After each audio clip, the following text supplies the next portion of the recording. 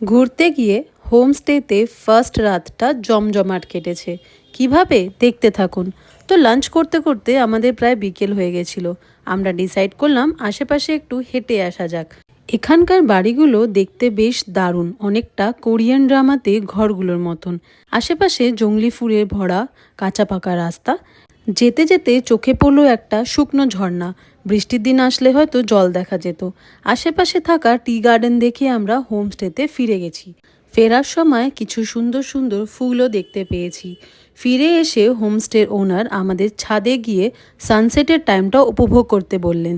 যেহেতু সেদিন ওয়েদারটা পুরো ফগি ছিল, সামনে পুরো মেঘে ঢাকা, তাও এরম অপূর্ব দৃশ্য আমি আগে কখনো দেখিনি। যত রাত হচ্ছে ঠান্ডাটাও যেন বাড়ছে। তাই আমাদের জন্য ব্যবস্থা করা হয়েছে বনফায়ার আর হোমমেড বারবিকিউ চিকেনের।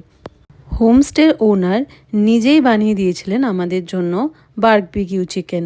আঙ্কেল খুবই জেনারেস, আমাদের সাথে নাচ করেছেন, গানও করেছেন। ইভেন ওনাদের ফুল ফ্যামিলি খুবই ভালো। চিকেনটা খেতে দারুণ হয়েছিল। আমরা খুবই এনজয় করেছিলাম ওখানে। আর অনেক গল্প, আড্ডা, নাচ গানের মধ্যে দিনটা যেন শেষ হয়ে গেল। আমরা যেহেতু খুবই টায়ার্ড ছিলাম, রাতের ডিনার শেষ করে নেক্সট দিনের জন্য